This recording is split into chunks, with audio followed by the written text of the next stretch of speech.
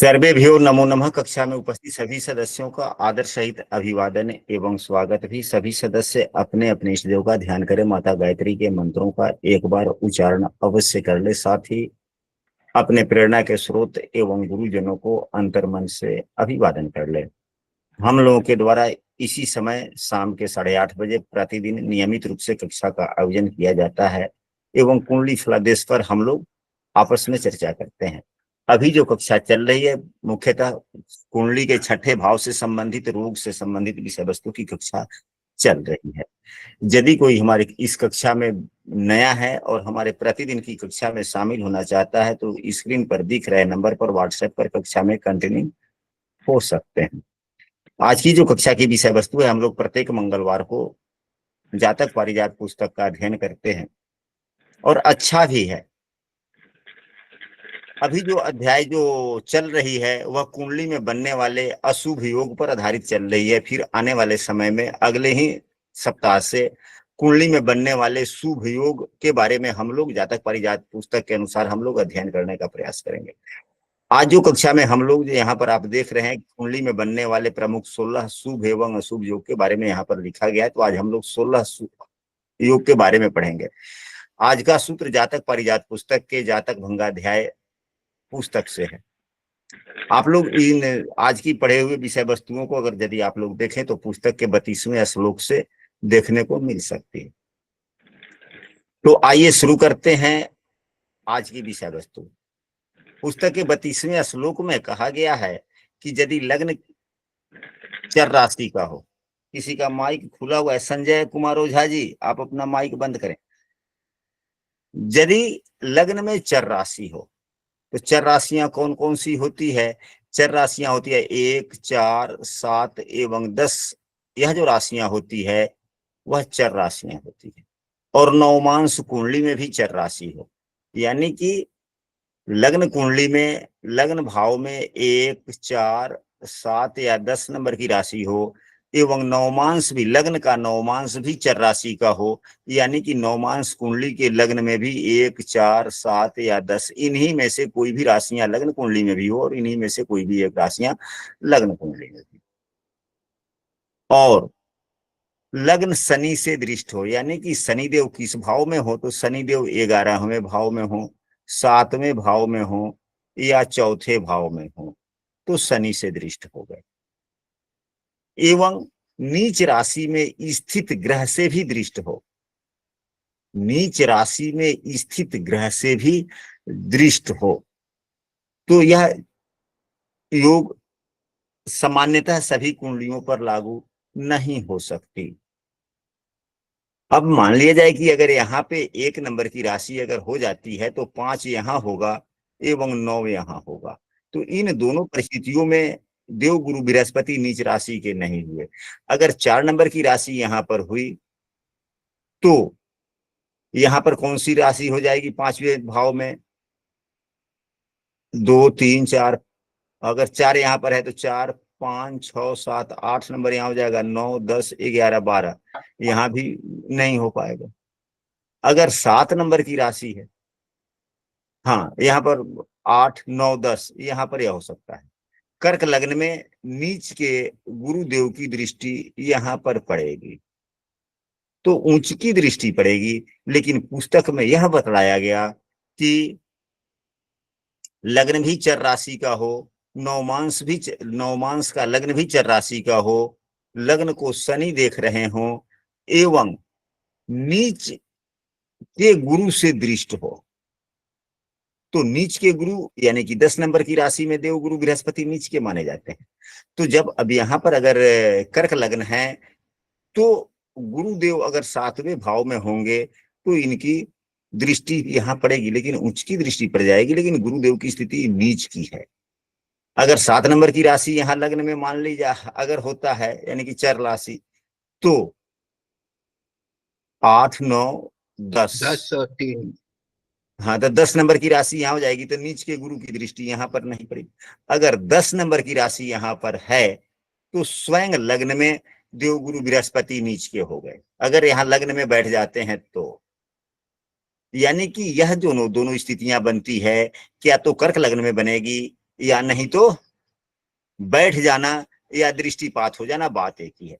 लेकिन दोनों में कुछ ज्यादा ही अंतर है। इन दोनों के अंतरों को हम लोगों को समझना होगा कि क्या यह दोनों ही नियम लागू होते हैं कुंडली पर या नहीं होते हैं। पुस्तक में तो बतला दिया गया कि यदि चर लग्न भी हो, चर नवमांश भी हो, शनि के द्वारा दृष्ट हो एवं नीच के गुरु के द्वारा लग्न भी दृष्ट हो, तो वैसा जातक क्या होता है, ऐसी योग जो बनते हैं कुंडली में, इसे दरिद्र योग या भिक्षुक योग कहा गया है। अब आप लोग कहेंगे कि हाँ गुरुजी, यहाँ पर तो अगर कर्क लग्न हो तो नीच के गुरुदेव तो हो गए, अगर सातवें भाव में होते हैं मकर लग्न में तो इनकी ऊंच की दृष्टि हो जाएगी। अब यहाँ पर देखा जाए, यह जो राशियां जो होती है यह बाहरी आवरण होता है। बाहरी आवरण परिवेश गुरुदेव का क्या हो गया, बाहरी आवरण नीच का हो गया। तो गुरुदेव तो नीच के हो गए, ये नीच के आवरण में ढक गए, यानी कि कुलुषित हो गए। तो कोई भी ग्रह जब या व्यक्ति, अब सामान्यतः इसको व्यवहारिक ढंग से हम लोग लें कि अगर कुलुषित मन में के द्वारा, अगर किसी व्यक्ति के द्वारा अगर शुभ आशीर्वाद ही मिलता है या शुभ वह चाहता भी है, तो उसका अंतरात्मा कितना मजबूत होगा। कुछ ना कुछ स्थितियां तो गड़बड़ रहती ही रहती है। हाँ, यह उच्च की दृष्टि से देखते हैं, सहयोग करना चाहते हैं, लेकिन बल तो वही है, नीच के ही जैसा है। यानी कि यह नुकसान नहीं करते। नीच के ग्रह जो भी अपनी उच्च दृष्टि पर देखते हैं तो नुकसान नहीं करते, फल बढ़ाना चाहते हैं, लेकिन उनकी स्थितियां उतनी अच्छी नहीं होती कि जितना मनोवांछित फल बढ़ा सके। अब यहाँ पर तो यह जितना फल बढ़ाने का प्रयास कर रहे हैं, तो देखा जाए शनिदेव की तीसरी दृष्टि या सातवीं या दसवीं दृष्टि पड़ी, तो शनिदेव क्या है, शनिदेव धीमा गति, इनको चर राशियों से नफरत, क्योंकि यह स्वयं स्लो प्लानेट है, आलस्य के कारक कहे गए। और यह राशियां क्या है, चर, हमें से चलने वाली, चलायमान, इच्छा करता है कि चलते रहो। लेकिन शनि क्या है, अवरोध उत्पन्न कर देते हैं, चलने देना नहीं चाहते। अगर मकर लग्न हो, देवगुरु बृहस्पति लग्न में ही हो जाए तो यह योग ज्यादा प्रभावी हो जाता है। हाँ, अगर कर्क लग्न हो और मकर राशि में नीच के गुरुदेव बैठे हुए हैं और उनकी दृष्टि पड़ रही है, तो उतना प्रभावी यह योग नहीं हो पाता। कारण यह हो जाता है कि देव गुरु की नीच की उच्च की दृष्टि के कारण बृहस्पति उच्च के तो हैं, लेकिन केंद्र में ही देव गुरु बृहस्पति का नीच का हो जाना अपने आप में बहुत से बुरे योगों का निर्माण कर देता है। जिस प्रकार, यानी कि बुरे योग का निर्माण तो नहीं करता, लेकिन बुरे योगों को बढ़ावा दे देता है, बढ़ावा भी नहीं देता, लेकिन बुरे योग जो कुंडली में एक आधे बनते हैं उसको यह समाप्त नहीं करता। हाँ, देव गुरु बृहस्पति अगर केंद्र भाव में मजबूत स्थिति में हो तो बुरे योगों को खत्म करते हैं, या सभी हम कह सकते हैं कि इस बुरे सभी योगों को समाप्त कर देते हैं। लेकिन देव गुरु बृहस्पति के नीच का केंद्र में ही हो जाना और दाम्पत्य जीवन के भाव में हो जाना, सहयोग के भाव में हो जाना, तो हमें जीवन में बढ़ने के लिए सहयोग भी नहीं मिलता। क्योंकि हम सभी ने पूर्व की कक्षाओं में पढ़ा है कि जिस भाव में नीच के ग्रह बैठ जाएं उस भाव के फलों में हानि होती है। तो यहाँ तो सहयोग भी किसी से नहीं मिलेगा ना। तो एक तरफ उच्च की दृष्टि पड़ने से जो कुछ फल मिल रहा है, तो सातवां भाव क्या है, दसम भाव का दसम भाव, दसम से दसम भावत भावम के सिद्धांत के अनुसार। तो सहयोग एवं दसम भाव भी कुछ खराब हुआ या नहीं हुआ, हुआ। एवं लग्न पर शनि की दृष्टि, इसलिए कहा जा सकता है कि यह दोनों ही मायनों में यह सत्य है और देखा भी जाता है। हाँ, अगर नीच के ग्रह हो जाए और नीच भंग हो रहा हो तो यह बहुत ही सुंदर बात हो जाता है। अब नीच भंग के कई सूत्र हैं, आप लोग पूर्व की कक्षाओं में आप लोगों ने अध्ययन किया है, पढ़ा दिया। अब आगे चलते हैं। ये तो पहला 16 सूत्र में हम लोगों ने एक चीज को, एक सूत्र को हम लोगों ने पढ़ा। अब दूसरे सूत्र पर चलते हैं कि लग्न कुंडली में बलहीन गुरुदेव, लग्न कुंडली में यदि बलहीन गुरुदेव बलहीन का मतलब यह होता है कि अपने नीच राशि में हो, वो भी खराब फल, बलहीन का मतलब खराब फल देने वाला, अच्छा फल नहीं दे सकते। हालांकि अंशों के आधार पर नीच के ग्रह में भी बलवान स्थिति पाई जाती है, अवस्थाओं के आधार पर खराब स्थिति के ग्रह में भी बलवान। तो यहां पर बलहीन कहा गया है, न कि ऊंच नीच की बातें की गई है। ऊंच के ग्रह भी कभी कभी बलहीन होते हैं। बलहीन का मतलब यह हुआ कि अस्त हो, अंशात्मक मान कम हो, यानी कि 28 डिग्री से अधिक, 2 डिग्री से कम हो, या भाव संधि पे हो तो, और किस भाव में हो तो कुंडली के छठे या 12वें भाव में हो करके बलहीन अवस्था में, या अधिकांशतः वर कुंडलियों में भी नीच के हो, शत्रु राशि में हो तो बलहीन कहा जा सकता है। तो उस स्थिति में भी यह दरिद्र योग का निर्माण होता है, यानी कि जीवन सुखमय नहीं बीतता, आय के साधन अच्छे नहीं होते। यह सभी क्या है, यह अस्थिर बुद्धि प्रदान करने वाले योग हुए। तो जिसका स्थिर ही बुद्धि न हो उसका काम कैसे अच्छा हो सकता है। अब आते हैं हम लोग तीसरे सूत्र पर। लग्न में यदि स्थिर राशि हो तो स्थिर राशियां कौन कौन सी होती है, जरा कुंडली साफ करते हैं पहले। लग्न में यदि स्थिर राशि हो तो स्थिर राशि 3 के गुणक को 200 भाव कहा जाता है, जैसे 3 6 9 12, यह 200 भाव राशियां हो गई। और स्थिर राशियां कौन हो गया, तो 2 5 8 एवं 11 लग्न में स्थिर राशि हो। और सभी पापग्रह, कुंडली में जितने पापग्रह होते हैं कौन कौन से, मुख्यतः 5 ग्रहों को पापग्रह कहा गया है। सूर्य,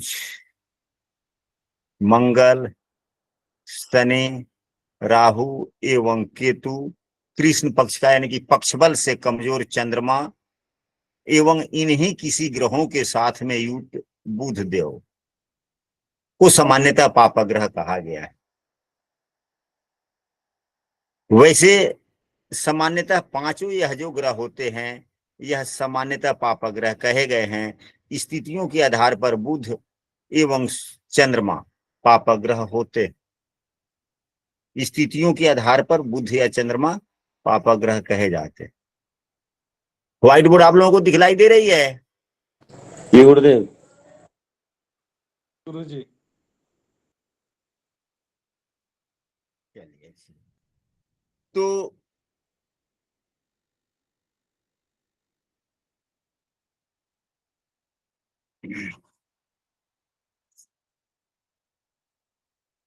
केंद्र में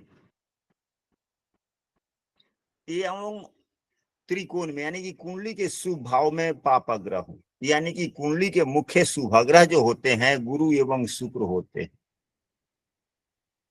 तो गुरु एवं शुक्र केंद्र भाव में न हो, गुरु एवं शुक्र केंद्र भाव में न हो, और शुभ स्थिति का बुध या चंद्रमा केंद्र भाव और त्रिकोण भाव में न हो, केवल पापग्रह ही हो। शुभ भाव कौन कौन से हुए, तो लग्न, चौथा, पांचवा, सातवां एवं नौवां, इन भावों में शुभग्रह न हो, पापग्रह हो, और अन्य स्थानों में शुभग्रह हो जाए। तो अब यहां पर देखा जाए ऐसी बातें क्यों हैं, यह सामान्यतः प्रभावी भी सूत्र हैं, सामान्यतः देखे भी जाते हैं, सभी कुंडलियों पर यह लागू होते हैं। यहां पर ये नहीं कि केवल एक ही दो, जो भी ग्रह अगर शुभग्रह केंद्र भाव या त्रिकोण भाव में होगा तो व्यक्ति का व्यक्तित्व अच्छा होता चला जाता है। शुभ भाव में अगर शुभग्रह है तो व्यक्ति का व्यक्तित्व अच्छा होता है। अगर शुभग्रह इनके अलावे किसी अन्य भाव में हो, अगर मान लिया जाए तीसरे भाव में हो जाए, 11वें भाव में भी शुभग्रह का होना अच्छा माना गया है, लेकिन 12वें भाव में हो जाए, छठे भाव में हो जाए, 8वें भाव में हो जाए, यह उतनी अच्छी स्थिति शुभ ग्रहों के लिए नहीं बतलाई गई है। 11वां भाव जो होता है इच्छा का भाव होता है। अगर शुभ ग्रह अगर 11वें भाव में है, हालांकि 11वें भाव में सभी ग्रह अच्छे फल देते हैं, 11वां भाव इच्छा का होता है, मन की प्रेरणा का उत्प्रेरणा का होता है कि मन में किस प्रकार की भावनाएं जागृत हो रही है। तो यदि शुभ ग्रह 11वें भाव में होते हैं तो मन में भावनाएं शुभ आता है, स्वार्थ कम होता है, इच्छाओं में थोड़ा स्वार्थ कम दिखता है, तो यह अच्छी बात है। तीसरा भाव उग्र भाव होता है, उत्साह भाव होता है, ऊर्जा भाव होता है। ऊर्जा के साथ में अगर ऊर्जा भाव में ही बुद्धिमता आ जाए, नहीं ऊर्जा एवं बुद्धि दोनों एक जगह हो जाए तो भी सही बात। लेकिन इन भावों में तीसरे भाव, छठे भाव, खास करके इन भावों में पापग्रह का होना अच्छा कहा गया है।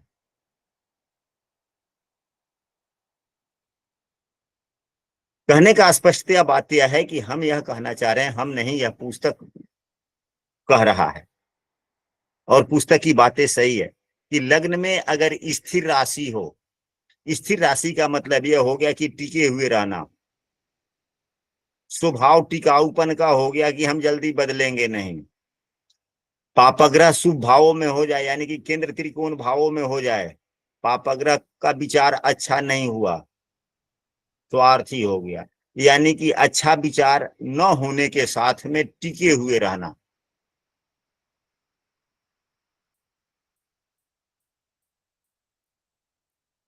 और शुभग्रह का अच्छे स्थितियों में न होना, या शुभग्रह क्या है, हमारे उदारवादिता है, हमारे ज्ञान है, उनका कमजोर स्थिति में हो जाना क्या दर्शाता है, यह दरिद्र योग तो बतला ही देता है, यानी कि संपन्नता की तरफ नहीं लेकर जाता। कई योग ऐसे होते हैं जो धन से संपन्नता दिखलाते हैं, व्यवहार से संपन्नता दिखलाते हैं। कई योग ऐसे होते हैं कि धन से तो संपन्नता दिखला देते हैं, कुछ योग ऐसे भी होते हैं जो व्यवहार से निर्धनता दिखलाते हैं। तो यह जो योग अभी हम लोगों ने चर्चा किया, यह व्यवहार से निर्धनता की तरफ, तो जिसका व्यवहार ही निर्धनता पूर्वक हो वह क्या करे। अब इसके बाद में हम लोग चौथे सूत्र पर चलते हैं कि चौथा सूत्र हम लोग कैसे समझें, चौथा सूत्र क्या है। कि लग्न में चर राशि हो, रात्रि का जन्म हो, यानी कि सूर्यदेव लग्न में चर राशि हो, यानी कि लग्न में 1, 4, 7 या 10 नंबर की राशि हो, रात्रि का जन्म, यानी कि सूर्यदेव दूसरे भाव में हो, तीसरे भाव में हो, चौथे में हो, पांचवे में हो या छठे में हो, रात्रि कही जाती। लग्न भाव या सातवें भाव का सूर्य का होना, यह संध्या काल का समय हो जाता है, सुबह का संध्या काल या शाम का संध्या काल का समय।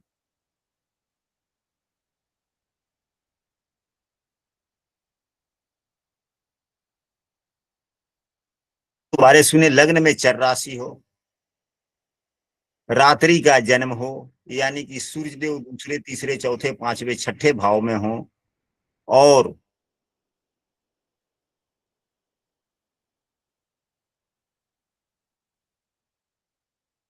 बलहीन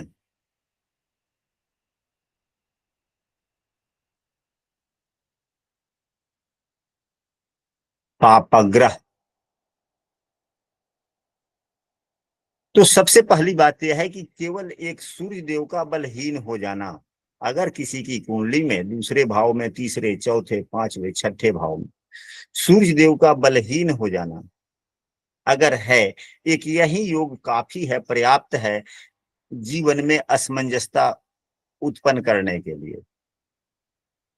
कुंडली के बहुत से शुभ योगों को एक यही योग खराब कर देता है।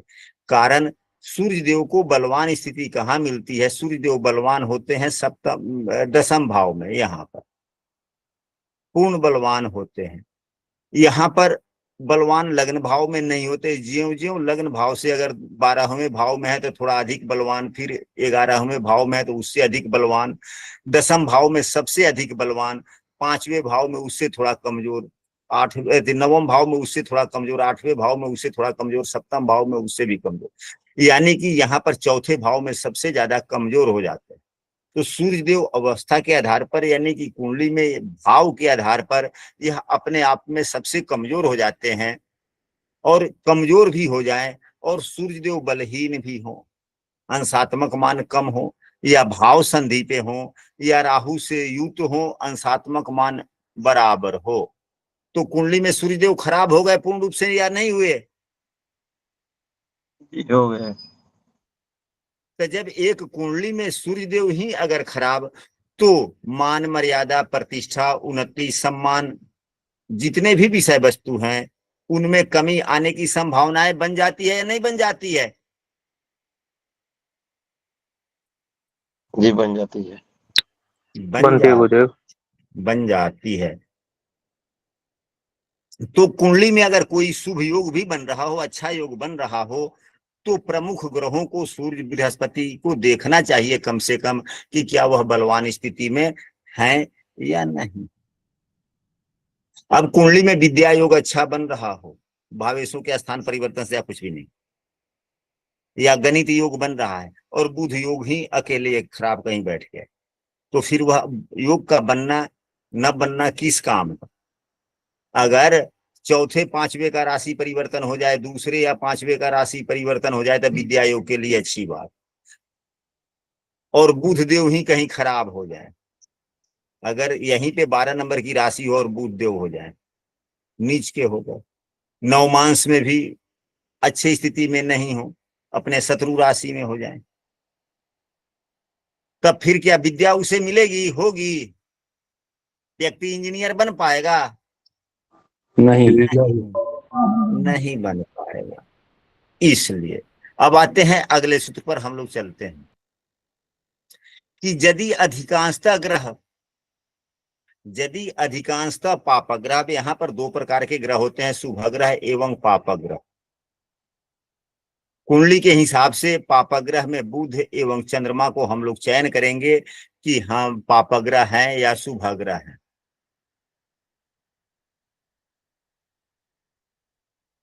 यदि अधिकांशतः पापग्रह नीच के हों या बलहीन हो या खराब अवस्था में हो, सभी पापग्रह अधिकांशतः। अब 5 पापग्रह मुख्यतः होते हैं, बलहीन अवस्था में हो तो व्यक्ति का आदत स्वभाव अच्छा नहीं होता, अच्छे काम नहीं करता, क्योंकि एक तो पापग्रह दूसरे में और खराब हो जाना और कुंडली को खराब करते हैं। अभी इस कुंडली में देखा जाए, शनिदेव बलवान स्थिति में है, अच्छी स्थिति में है, यहाँ भी है, एक यहाँ भी है, शनिदेव तो अच्छे हो गए पापग्रह। सूर्यदेव को अगर क्रूर ग्रह कहा गया है, सूर्यदेव की स्थिति देखिए, अपने मित्र की राशि में है, नीचाभिलाषी है, और यहाँ भी मित्र की ही राशि में। सूर्य बुध को मित्र मानते हैं, और बुध भी ने सूर्य बुध को सम मानते हैं, और बुध सूर्य को मित्र मानता है। तो यहाँ पर सामान्यतः अच्छे हुए सूर्यदेव भी। मंगल की बात करें तो मंगल देव यहाँ पर नीच के हैं और यहाँ पर शत्रु राशि में हो गए। सूर्यदेव शनिदेव अच्छे हुए, बुधदेव सामान्य हो गए, यहाँ पर सीधी लाइन खींचते हैं सामान्य के लिए। मंगल देव खराब हो गए। राहु की बात करें तो राहु अपने मित्र की राशि में, केंद्र भाव में है, एवं त्रिकोण भाव के स्वामी के साथ में है। राहु राजयोग कारक, राहु राजयोग कारक है इस कुंडली में। राहु अच्छी स्थिति में कहा जाएगा, और जब राहु की स्थिति कुंडली में अच्छी होती है तो केतु का भी स्थिति अच्छा होता है। केतु अपने मित्र की राशि में है, मंगल की राशि में है, जस मंगल तस केतु। हालांकि मंगल केतु को मित्र नहीं मानता, सम मानता है, लेकिन मंगलवत ही तो है। तो यह अच्छा योग हुआ, यानी कि इसके सभी ग्रह, सभी पापग्रह खराब स्थिति में नहीं है। शनिदेव अच्छे हो गए, राहु देव अच्छे हो गए, सूर्य देव की उतनी खराब स्थिति नहीं कह सकते, क्योंकि सूर्यदेव को बुध की राशि में देखा गया तो सूर्यदेव की स्थिति अच्छी हो गई। बुधदेव यहाँ पर सभी शुभ ग्रह के ही साथ में है, चंद्रमा शुक्र एवं गुरु सभी शुभ ग्रह के साथ में है। शुभग्रह की राशि में है, यहाँ राहु देव भी सभी शुभग्रह के साथ में है, यानी कि राहु भी शुभग्रह हो गया तो बुध भी शुभग्रह हो गया। चंद्रमा की बात की जाए तो एक यहाँ पर केवल चंद्रमा क्षीण अवस्था में है, क्योंकि चंद्रमा को अन्य शुभग्रहों की युति से चंद्रमा शुभग्रह नहीं होता। चंद्रमा सूर्य की सानिध्यता से या सूर्य की दूरियों से इनकी शुभता अशुभता का निर्णय किया जाता है, तो चंद्रमा शुभ होगा। लेकिन अधिकांशतः पापग्रह अच्छे हुए तो इस व्यक्ति का स्वभाव कैसा होगा? यदि यही अधिकांशतः पापग्रह खराब अवस्था में होते तो व्यक्ति का आदत अच्छा नहीं होता, बुरे काम करने वाला होता, बुरे कामों से पैसा कमाने की मन में इच्छा होती। अब आप यहाँ पर करेंगे कि हाँ भाई गुरुदेव आप ये बतलाए कि यहाँ पर तो आपने राजयोग प्रभावित कर दिया, ठीक हो गया, त्रिकोण भाव के स्वामी के साथ केंद्र में राहु देव बैठ गए, राजयोग हो गया, तो क्या यह राजयोग प्रभावी हो रहा है? तो नहीं हो रहा है। कारण किसी भी राजयोग के लिए देव गुरु बृहस्पति की अच्छा होना थोड़ा अच्छा ही माना जाता है, क्योंकि राजयोग से धन संपदा मिलती है और धन संपदा के कारक देव गुरु बृहस्पति, आय या संचय दोनों के ही कारक देव गुरु बृहस्पति और राहु से ग्रसित हैं। एवं इस कुंडली में 12वें एवं तीसरे भाव के भी स्वामी हैं, इसलिए यह राजयोग खराब हो गया, यानी कि कुंडली में बने हुए अच्छे योग भी खराब हो गए। गुरु एवं राहु की अंशात्मक मान देखिए तो गुरुदेव का 22-21 है, राहु का 22-33 है। तो क्या यह राजयोग मिलेगा राहु के द्वारा?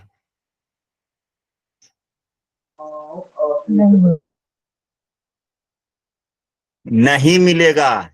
यह जिस व्यक्ति की कुंडली है परेशान है। अब यही यदि सभी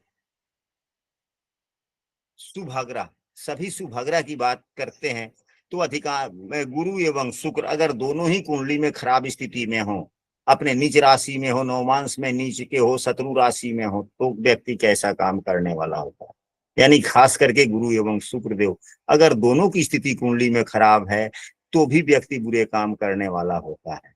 लेकिन अंतर हो जाता है दोनों में ही। दोनों में क्या अंतर है?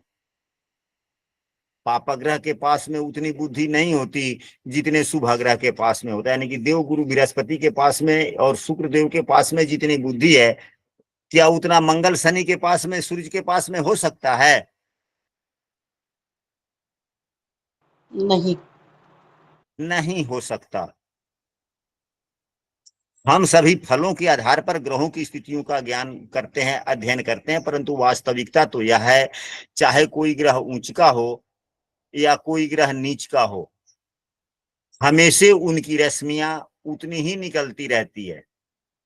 जितने उच्च अवस्था में होते हैं उतना ही, नीच अवस्था में उतना ही। लेकिन हमसे अंशात्मक मान, हमसे दूरियां इनका कम ज्यादा होता रहता है, तो इनकी रश्मियां कभी हमारे लिए प्रभावी होती है, कभी अप्रभावी हो जाती, मैंने कभी कभी रश्मियां इनकी हम लोगों के लिए हितकर होती है। तो जब इनकी रश्मियां हम लोगों के लिए सबसे अधिक हितकर होता है, उस स्थिति को हम लोगों ने, हमारे महर्षियों ने, हमारे आचार्यों ने ग्रहों की उच्च स्थिति बतलाया। एवं जब जिस स्थिति में जिस कोणात्मक मान, अंशात्मक मान पर इनकी रश्मियां हम लोगों के लिए सबसे ज्यादा अहितकर हुई, उन लोगों को अनुभव में देखने में मिला, उस स्थिति को उन्होंने नीच बतलाया। ऐसा हम लोग समझने का प्रयास करें इस कायदे से। तो यह चाहे नीच के हों, ऊंच के हों, ज्ञान तो इनके पास में उतना ही है, बुद्धि तो उतना ही देंगे। लेकिन अगर यह खराब स्थिति में है कुंडली में, अब यहीं पे देवगुरु बृहस्पति को देखा जाए शत्रु राशि में, लेकिन ठीक ही स्थिति है, शुक्रदेव की राशि में है, शुक्र यहाँ पर अपने स्वराशि के है। नवमांश कुंडली में गुरुदेव को देखा जाए अपने मित्र की राशि में है, शुक्रदेव क्या है? अपने स्वराशि में। तो यहाँ पर गुरु एवं शुक्र अच्छे स्थिति में है या खराब स्थिति में है कहा जाए तो? अच्छी स्थिति में है। अच्छे स्थिति में है। अगर यही शुक्रदेव नवमांश कुंडली में खराब होते, हालांकि वास्तविक कुंडली तो होती है लग नहीं, लेकिन हम लोगों को मूल आधार ग्रहों का बल स्थिति देखने के लिए आत्मा कुंडली जिसे कही जाती है वह नवमांश कुंडली है। यदि नवमांश कुंडली में यही शुक्रदेव 6 नंबर की राशि में होते, यानी कि अपने की नीच की राशि में हो जाते। गुरुदेव भी अपने नीच राशि के या शत्रु राशि में होते। गुरुदेव की शत्रु राशि कौन है? तो 7 और 2, और बुध की राशि भी। बुध और शुक्र से गुरुदेव को शत्रुता है। तो अपने अगर शुक्रदेव की राशि में होते तो उतना कमजोर नहीं जितना कि बुधदेव के राशि में हो जाएंगे। तो बुधदेव में ज्यादा, बुधदेव की राशि में गुरुदेव का होना या थोड़ा ज्यादा नुकसानदायक होता है, लेकिन शुक्रदेव की राशि में होना उतना खराब नहीं माना जाता। लेकिन जिस योग की अभी चर्चा यहाँ पर हो रही है, अगर गुरुदेव शुक्र की भी राशि में अगर होते हैं तो भी यह योग प्रभावी हो जाता है। यानी कि शुक्र का खराब स्थिति में होना, गुरु का नौमांश में खराब स्थिति का होना क्या दर्शाता है? व्यक्ति बुरे ही कर्म करता है, परंतु ऐसे ढंग से करता है जो सामने वाले को पता ही नहीं चल सके, क्योंकि यह देव गुरु बृहस्पति एवं शुक्र दोनों शुभ ग्रह है और दोनों ज्ञान के कारक हैं। यानी कि गोपनीय ढंग से बुरे काम को कर लेना, क्योंकि बुद्धि हो गई इनके पास में, बुद्धि तो है, लेकिन यह बुद्धि किस प्रकार का फल दे रहा है? यह नीच के हो गए या शत्रु राशि के हो गए तो बुद्धि खराब होगी कि नहीं होगी? खराब बुद्धि में तेज हो जाएगा। बुद्धि तो 2 प्रकार की होती है ना, अच्छे बुद्धि और खराब बुद्धि, लेकिन दोनों ही प्रकार के बुद्धियों में व्यक्ति का दिमाग शार्प माइंडेड हो सकता है या नहीं हो सकता? हो सकता है गुरुजी। तो वही, अगर जिसके कुंडली में देव गुरु बृहस्पति एवं शुक्र देव दोनों ही खराब अवस्था में हो, नीच अवस्था में हो, तो समझ जाइए, या जो व्यक्ति बुरे कर्मों में ज्यादा सोचता है, दिमाग ज्यादा चलता है, तो समझ जाइए कि उसके देव गुरु बृहस्पति एवं शुक्र बगैर कुंडली देखे अनुभव कर सकते हैं कि यहाँ खराब स्थिति में है। अभी इसके बाद में आगे चलते हैं।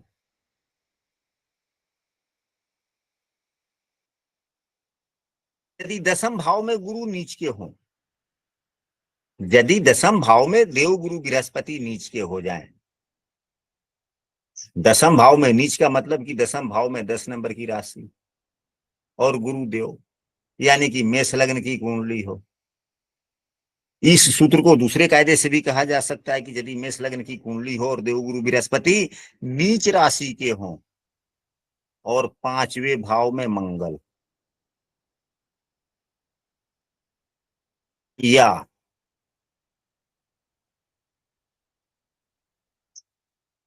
चौथे भाव में मंगल, यानी कि मेष लग्न की कुंडली हो, देव गुरु बृहस्पति नीच राशि के हो और मंगल देव चौथे भाव या 5वें भाव में हो। तो अगर मेष राशि की कुंडली है तो मंगल देव चौथे भाव में नीच के हो गए।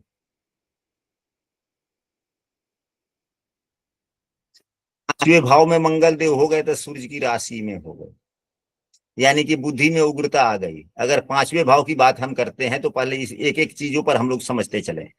यदि 5वें भाव में मेष लग्न की कुंडली है, 5वें भाव में मंगल देव हैं, तो राशि भी उग्र, अग्नि तत्व का ग्रह भी अग्नि तत्व का, तो बुद्धि कैसा हो जाएगा? उग्र स्वभाव का, विनाश का दे।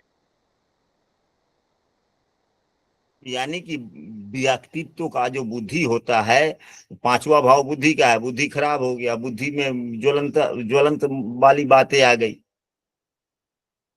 एवं दसम भाव जो कर्म भाव है, कर्म भाव में बैठे हुए ग्रह नीच के हो गए, यानी कुंडली के सबसे प्रमुख ग्रह नीच हो गए।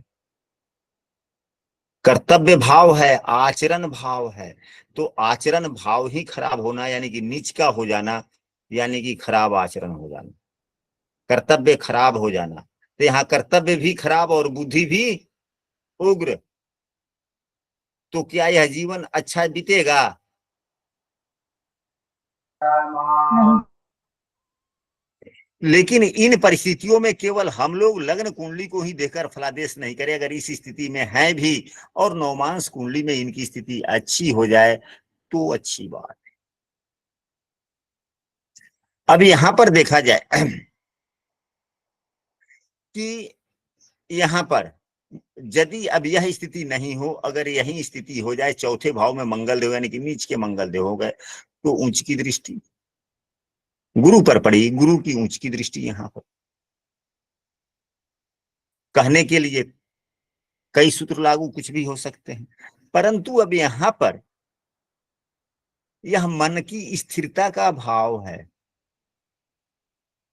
अगर किसी भी प्रकार से नीच भंग हो रहा हो, चाहे कुछ भंग हो रहा हो, वह बातें अलग हो जाती है, वह संपन्नता की तरफ लेकर जाती है, यानी कि पैसे की तरफ लेकर जाता है। पैसे कई कायदे से कमाए जाते हैं, आते जाते हैं। हम यहाँ पर उन कायदों की वर्णन नहीं कर रहे हैं, लेकिन यह मन का भाव है, मन के स्थिरता का भाव है, घर के सुखों का भाव है।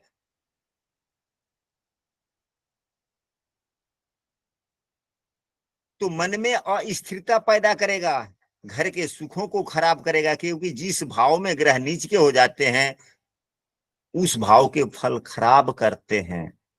भले वह नीच भंग ही क्यों न हो, वह फल खराब ही करेंगे। नीच भंग का मतलब होना, अगर ग्रह का नीच नीच की राशि के हैं, भंग भी हो रहा है, तो उस ग्रह के कारकत्वों के सहारे धन की वृद्धि होगी, संपन्नता आएगा, वह बात अलग की है। अब यहाँ दसम भाव में गुरुदेव नीच के हो गए अगर हैं, जैसे सूत्र में ही बतलाया जा रहा है कि यदि मेष लग्न की कुंडली हो, हालांकि पुस्तक में यह बातें नहीं लिखी गई, पुस्तक में लिखा गया है कि यदि दसम भाव में मेष, दसम भाव में देव गुरु बृहस्पति नीच के हों और चौथे या पांचवें भाव में मंगल देव हो, तो जातक की स्थिति अच्छी नहीं होती। जीवन में अनेक प्रकार की समस्याएं आती जाती रहती है, बुद्धि का अस्थिर हो जाना, पिता पुत्र से निंदित, यानी कि पिता या घर के सदस्यों के द्वारा मान सम्मान न मिलना या वजन नहीं मिलना, सदैव विषम परिस्थिति से घिरे रहना, अच्छे कार्यों से थोड़ा दूर रहना, और जो विद्वान व्यक्ति हैं उनके शिकायत करना, यह सभी है। तो अब यहाँ पर देखें, यदि दसम भाव में देव गुरु बृहस्पति नीच के हो जाते हैं तो यह पिता का भी भाव, तो व्यक्ति पिता का भी आदर नहीं करेगा, क्योंकि पिता का भाव है। और यह क्या है, यह नौकरी का भी भाव है। अगर देवगुरु बृहस्पति इसी भाव में नीच के हो गए तो कर्तव्यों में तो खैर उस प्रकार की बातें आ ही जाएगी, कुछ ना कुछ सेवा भाव में कमी हो जाएगा, कर्तव्यहीनता वाली बातें आ जाएगी, क्योंकि प्रथम भाव तो कर्तव्य का है ना। जहां पे नौकरी हुआ, कार्य हुआ, वही तो कर्तव्य और काम दोनों एक दूसरे के पूरक है या नहीं है। जब हम काम करते हैं तभी तो कर्तव्य पूरा होता है ना। जी गुरु जी। गुरु जी। तो हाँ, तो कर्तव्य को देखने के लिए हम लोग दसम भाव से ही देखेंगे, और जिस भाव में ग्रह ही नीच का हो जाए उस भाव के फलों में कमी, यानी कि कर्तव्यहीनता। तब जिसके पास में कर्तव्यहीनता वाली स्थिति दिख गई, मन की अस्थिरता, अगर चौथे भाव में मंगल देव है तो मन की अस्थिरता हो गया, या मन की स्थिरता की भाव है बचपना के, या विद्या का, चौथे भाव से भी विद्या का विचार किया जाता है, तो विद्या में कुछ कमी हुई तो क्या जीवन सुखमय जाएगा? नहीं जाएगा। नहीं, नहीं जाएगा। हम पुस्तकों की हूबहू बातें इसलिए नहीं बोल रहे कि ताकि इतने अच्छे ढंग से हम लोग कायदे से समझें कि योग सभी बनते कैसे हैं। पुस्तक की बातों को समझते हुए हम लोग योग कैसे बनते हैं, योग का निर्माण कैसे होता है, यह हम लोग समझे। क्योंकि कुंडली में इतने असंख्य योग पुस्तकों में बतलाए गए हैं कि योगों को समझना तो मुश्किल, योग का नाम भी अगर हम लोग क्रमबद्ध तरीके से याद करें तो वह भी याद नहीं हो पाता कि कितने योग कुंडली में बनते हैं। अब आगे चलते हैं। यदि कोई भी ग्रह लग्न कुंडली में उच्च राशि का हो, यदि कोई ग्रह लग्न कुंडली में उच्च राशि का हो, क्या इस उदाहरण कुंडली में कोई ग्रह उच्च राशि का है? तो नहीं है। 7 नंबर की राशि में कोई ग्रह उच्च का होता नहीं। 6 नंबर की राशि में बुधदेव उच्च के होते हैं, जो नहीं है। 4 नंबर की राशि में गुरुदेव उच्च के होते हैं, सो नहीं है। और तो खैर कोई है ही नहीं। यानी कि सूर्यदेव 1 नंबर की राशि में उच्च के होते हैं, नहीं है। चंद्रमा 2 नंबर की राशि में उच्च के होते हैं, नहीं है। 10 नंबर की राशि में मंगल देव उच्च के होते हैं, नहीं है। बुध देव 6 नंबर की राशि में उच्च के होते हैं, नहीं है। बुध के बाद में गुरुदेव 4 नंबर की राशि में उच्च के होते हैं, नहीं है। शुक्रदेव 12 नंबर की राशि में उच्च के होते हैं, नहीं है। शनिदेव 7 नंबर की राशि में उच्च के होते हैं, नहीं है। इस कुंडली में एक भी ग्रह उच्च का नहीं है। तो पुस्तकों में यह वर्णित है, बतलाया भी गया, और हम लोग प्रतिदिन चर्चा करते हैं, प्रायः सभी पुस्तकों में बतलाया गया है कि यदि कोई ग्रह लग्न कुंडली में उच्च का हो, लेकिन नवमांश कुंडली में नीच का हो जाता है तो वह नीच के जैसा ही फल देता है। यदि सूर्यदेव यहीं पे 1 नंबर की राशि में ऊंच के हो जाएं और नवमांश कुंडली में 7 नंबर की राशि में सूर्यदेव हो जाएं तो नीच के हो गए, यह अच्छे फल मिले। कारण यह हो जाता है कि यह तो दिख तो रहे हैं ऊंच के जैसा, लेकिन स्थिति सब कुछ है, अच्छा है, अच्छा दिखेगा, परंतु वास्तविकता नहीं होगी, दीमक की तरह खराब हो गया। यह अंतरात्मा है, यह यानी कि अंतरात्मा मन का भाव यह हो गया, और यह दिखावे का भाव हो गया। दिखावा कुछ देर के लिए रहता है, लेकिन वास्तविकता सदैव के लिए होती है। तो यह वास्तविकता है। इसको व्यवहारिक ढंग से आप लोग देख सकते हैं, समझ सकते हैं कि बहुत से व्यक्ति पैसे नहीं है, स्थिति अच्छी घर की नहीं है, लेकिन घर के बाहर की स्थिति कुछ ऐसा होता है कि देखने में लोग कहता है बड़ा धनी मनी, किसी भी ढंग का दिक्कत नहीं होगा। यह हुआ दिखावे का उच्च, एवं अंदरूनी शक्तियां कमजोर है, नगण्य पैसे हैं, वह हो गया नवमांश का नीच।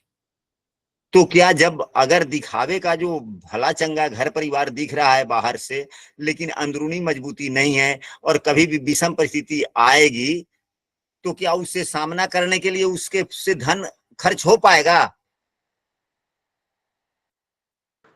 नहीं हो पाएगा। नहीं हो पाएगा। ठीक वही बातें हैं।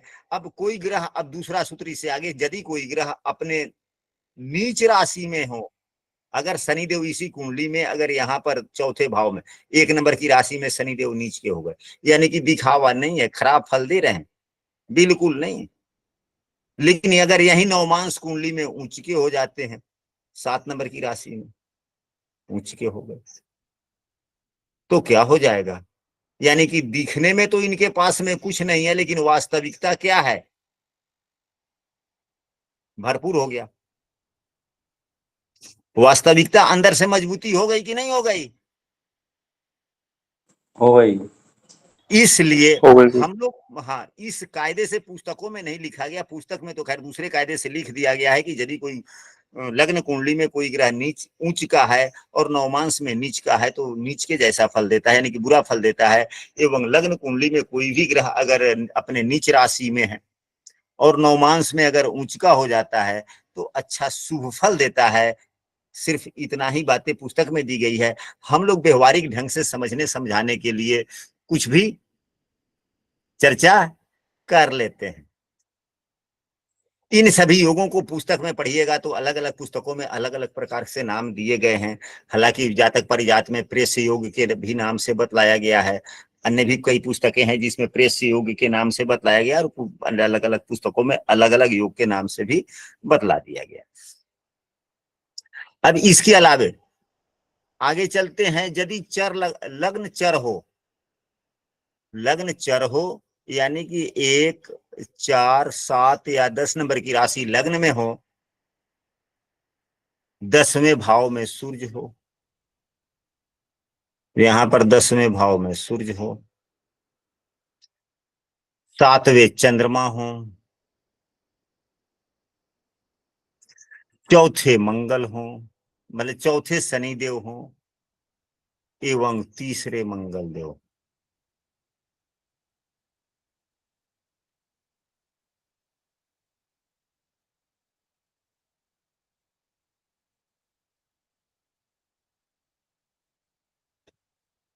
गुरुदेव के बारे में बतलाया गया है कि दूसरे भाव में गुरुदेव हो।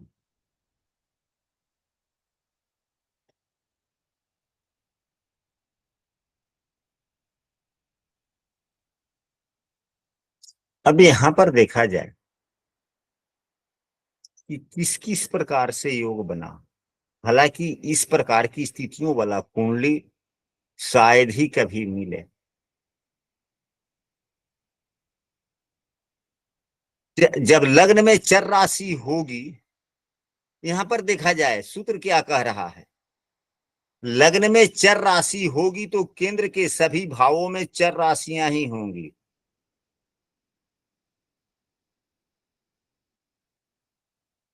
लग्न में चर राशि होगी तो सभी केंद्र भाव में चर राशियां होंगी कि नहीं होंगी? होंगी। होंगी। होंगी गुरु।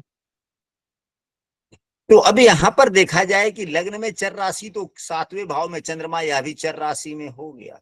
मन चलायमान है, चंचल है, चंचलता को और चंचलता मिला, चंचलता को और चंचलता मिला।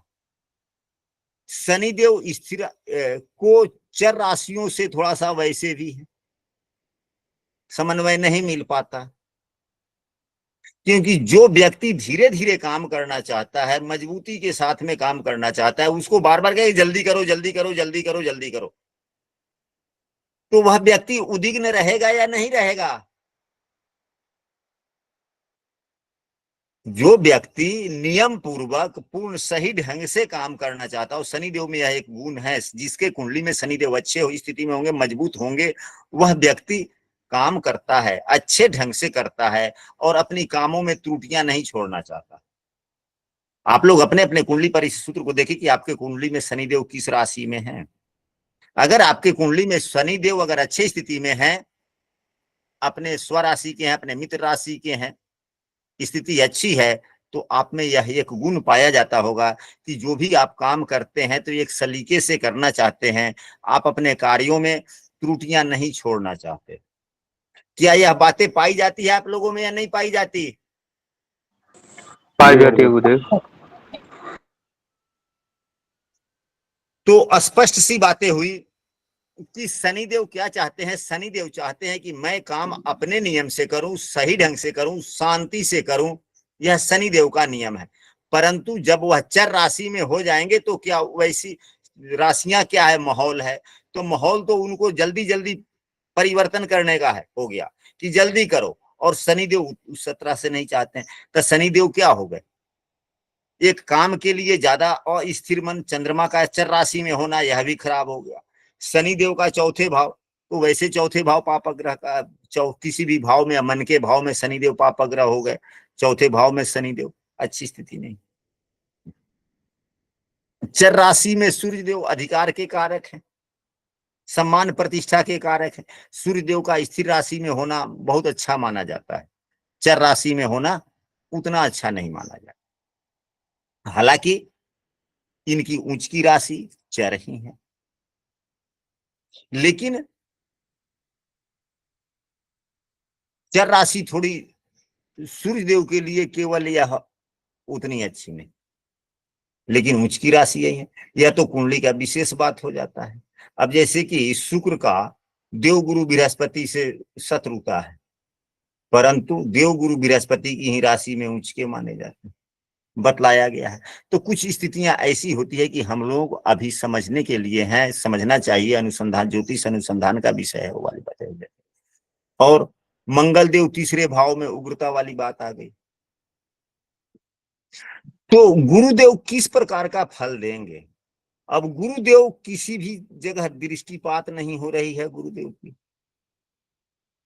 केवल दसम भाव पर, अगर दूसरे भाव पर गुरुदेव हैं तो दसम भाव को देख लेंगे, लेकिन अन्य नहीं लग्न पर दृष्टि है, नहीं शनि पर दृष्टि है, न चंद्रमा पर दृष्टि है, न मंगल पर दृष्टि है।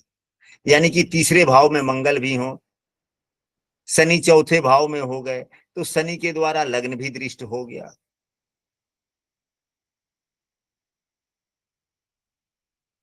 तो व्यक्ति का कार्य कैसा हो गया, उग्रता तो बनी ही बनी, चंचलता भी हो गया,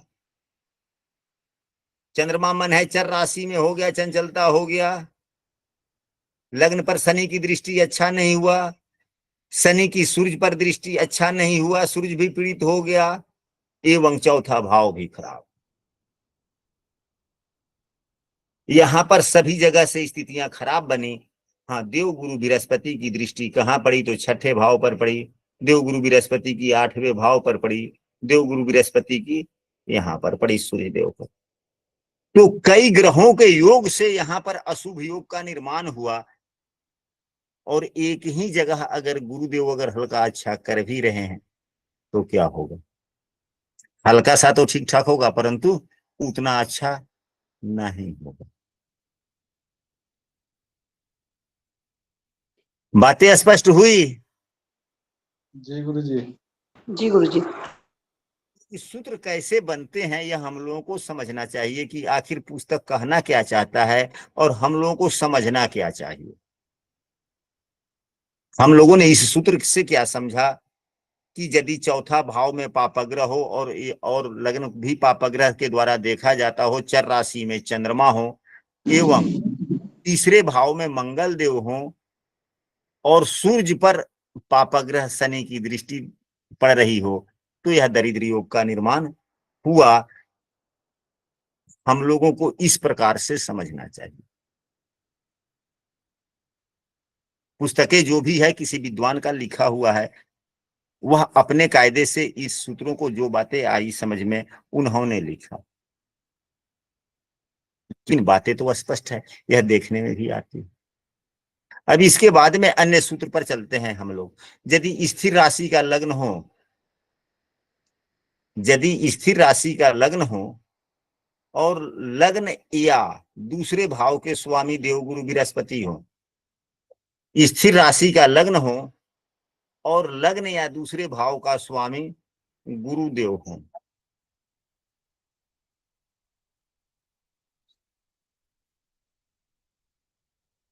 और नवम भाव में शुक्रदेव हो, यानी कि लग्न भाव या दूसरे भाव के स्वामी देव गुरु बृहस्पति हो, नवम भाव में शुक्रदेव हो और लग्न को चंद्रमा देखते हो,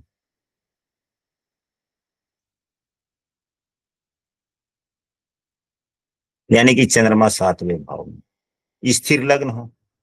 हमने यहाँ पर कहा, पुस्तक में लिखी गई है, स्थिर लग्न कौन कौन हो गया, तो 2 5 8 11, 2 5 8 या 11 यह लग्न है। तो अब यह बतलाया जाए कि स्थिर लग्न हो तो 8 नंबर की राशि भी स्थिर लग्न है, 9 नंबर की 11 नंबर की राशि भी स्थिर लग्न है। तो 8 नंबर की राशि में लगने तो नहीं हुए, यहां पर 9 नंबर की राशि हो जाएगी। यदि 11 नंबर की राशि यहां होगी तो यहां पर 12 नंबर की राशि हो,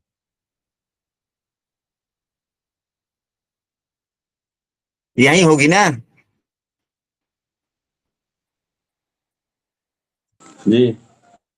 यानी कि पुस्तक में यह लिखा हुआ है कि यदि स्थिर राशि का लग्न हो एवं लग्न या दूसरे भाव का स्वामी देवगुरु बृहस्पति हो, लग्न को चंद्रमा देखता हो और नवम भाव में शुक्रदेव हो, तो यह स्थितियां किस प्रकार लागू होगी, तो लग्न या दूसरे भाव के स्वामी तो यहाँ स्थिर लग्न भी हो, तो किसी भी स्थिर लग्न में लग्नेश गुरुदेव नहीं हो सकते, कि स्थिर लग्न में लग्नेश गुरुदेव हो सकते हैं, नहीं गुरुदेव, नहीं हो सकते। कभी कभी स्थिर लग्न में भी लग्नेश देवगुरु बृहस्पति हो जाते हैं। अब लग्नेश 9 या 12, लग्न में 9 या 12 नंबर की राशि होगी तभी तो लग्नेश होंगे, या तो द्विस्व भाव राशि हो गया। लेकिन बातें स्थिर राशि की कही गई है, 9 और 12 नंबर की राशि द्विस्व भाव राशि कही जाती है, तो यह गूढ़ विषय वस्तु है, इसको भी हम लोगों को थोड़ा सा समझ लेना चाहिए। हम लोगों ने पूर्व की कक्षाओं में पढ़ा है, अभी उसको समझने के लिए पुनः पुनरावृत्ति कर लेते हैं हम लोग। पुस्तक का तो अध्ययन इसीलिए जरूरी है।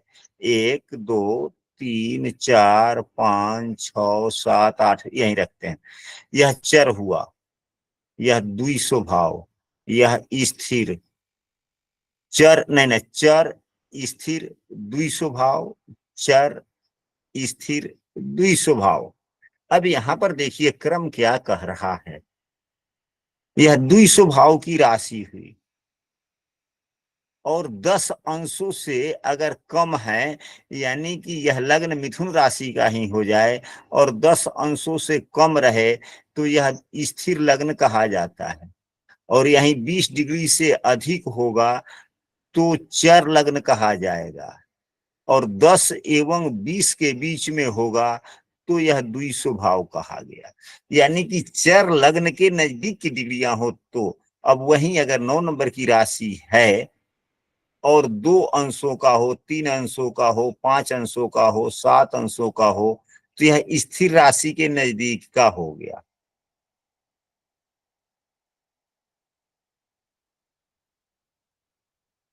हम जो कह रहे हैं इस बात को आप लोग समझें।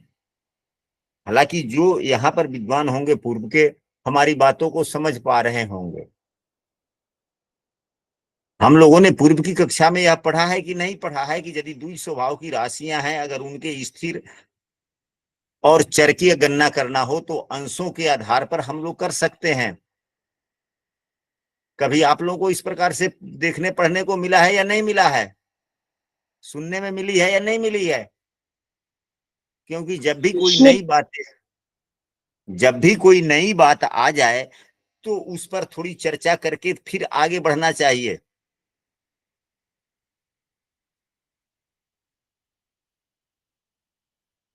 जी गुरु जी मिली है। मिली है, हाँ मिली है। तो अब वहीं अगर द्वि स्वभाव की राशि हो और अंशात्मक मान इसका कितना हो, कम हो 5 अंशों के आसपास में, यानी कि यहीं पे 9 नंबर की राशि हो और 5 डिग्री का है, तो क्या हो गया? यह स्थिर राशि कही जाएगी, स्थिर लग्न कहा जाएगा। यह विशेष बातें हो गई। लेकिन हम लोगों को याद कम से कम यह रखना है कि लग्न में स्थिर राशि हो, यानी कि और लग्नेश, क्योंकि पुस्तक में जो बातें लिखी जाती है वह बहुत से गूढ़ तथ्यों को समेट कर लिखा जाता है। हम लोगों को शब्दों को जितना परिभाषित करेंगे, जितना परिभाषा अलग अलग छिटका करके समझेंगे पढ़ेंगे, उतना ही अधिक ज्ञान बढ़ता चला जाएगा। तो पुस्तक के आधार पर हम लोगों ने पढ़ा कि यदि दूसरे भाव के स्वामी या लग्न भाव के स्वामी देवगुरु बृहस्पति हो जाएं, शुक्रदेव नवम भाव में हो, चंद्रमा के द्वारा देखा जाता हो लग्न, यह भी अच्छा बात नहीं है। सबसे बड़ी बात आज की कक्षा की कि पुस्तक में, जातक पारिजात पुस्तक में यह भी बतलाया गया है कि जो ग्रह, श्लोक संख्या 41वें में यह बतलाया गया है जातक पारिजात के रुकिए 1 मिनट, जरा सा कुंडली मिटाते हैं पहले। जातक पारिजात के जातक भंगाध्याय के श्लोक संख्या 41 में बतलाया गया है कि यदि लग्न चर हो,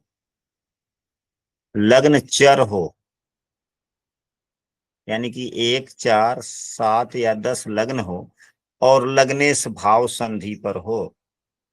अब वही चंद्रमा है या मंगल होगा, 1 नंबर की राशि है तो मंगल, 4 नंबर की राशि है तो चंद्रमा, 7 नंबर की राशि है तो शुक्र, 10 नंबर की राशि लग्न में है तो शनि, और ये कहाँ हो? किसी भी भाव में हो, लेकिन भाव संधि पर हो,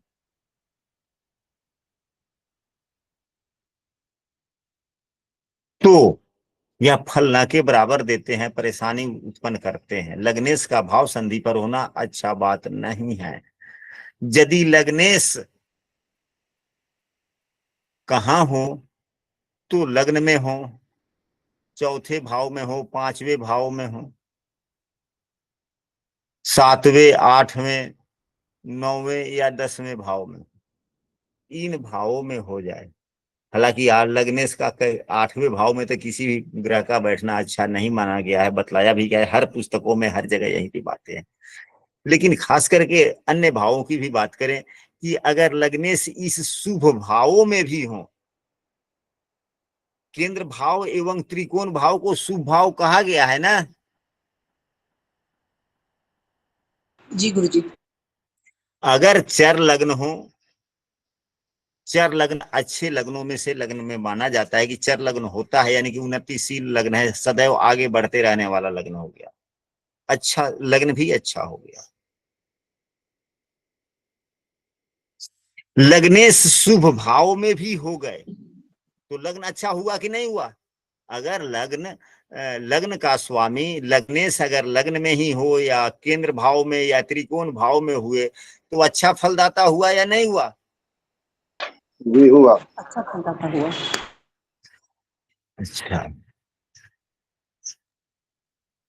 लेकिन यदि लग्नेश या, आप लोग मिलाएंगे कि यदि ऐसी है बातें हैं तो आप लोगों की कुंडली पर लागू हो रहा है नहीं। लग्नेश या शनिदेव, चंद्रमा, गुरु और शुक्र। चंद्रमा मन का कारक, शनि कर्तव्य का कारक यानी काम का कारक, आजीविका का कारक, गुरुदेव ज्ञान के कारक, शुक्रदेव भी सुख के कारक। ये सभी ग्रह या इनमें से अधिकांशतः ग्रह इन भावों में भी हो और लग्न के अंशों से 15 डिग्री अधिक या कम पर हो, यानी कि लग्न के अंश लग्न से 12 डिग्री से अधिक दूरी पर हो, भाव संधि पे हो। अगर लग्न की डिग्री यहां पर 15 एक है तो इसमें 15 जोड़ देंगे 30 हो जाएगा, यानी कि 0 डिग्री के हो गए इस अंशों में, इस कुंडली के लिए। तो चंद्रमा भी 0 डिग्री के नहीं, यानी कि उससे काफी है, 10 डिग्री का ही अंतर है। गुरुदेव 7 डिग्री के अंतर पर है, शुक्रदेव 8 डिग्री के अंतर पर है, शनिदेव 3 डिग्री के अंतर पर। ठीक। हालांकि भाव संधि अलग अलग है, हर भावों का संधि का मान कुछ अलग अलग होता है, लेकिन सामान्यतः हम लोग लग्न की डिग्रियों से मान लेते हैं कि भाव संधि पर न हो।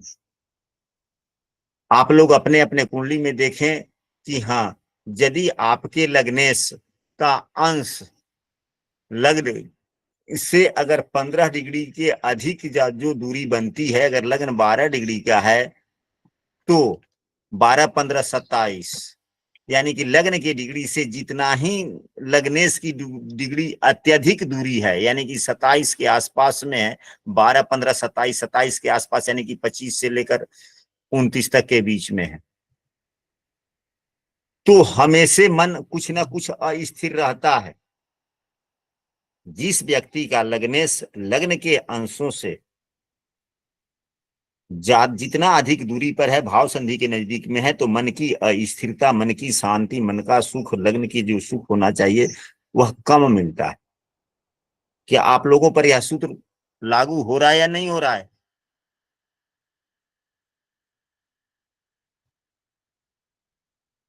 हो रहा है। चलिए, अच्छी बात हुई। और एक दो सूत्र रह गया, हम लोग अगले कक्षा में अब हम लोग क्या पढ़ेंगे? अगले मंगलवार को रोग से संबंधित योग पर इसी जातक पारिजात से संबंधित पुस्तक से हम लोग अध्ययन करने का प्रयास करेंगे। आज जो कक्षा में हम लोगों ने पढ़ा, यह जातक पारिजात पुस्तक के जातक भंगाध्याय के श्लोक संख्या 32 से आगे पढ़ने का हम लोगों ने प्रयास किया है, समझने का प्रयास किया है। जिसके पास में जो अगर पुस्तक होगी, पुस्तक से मिलाकर आप लोग देखेंगे, वो प्रयास करें।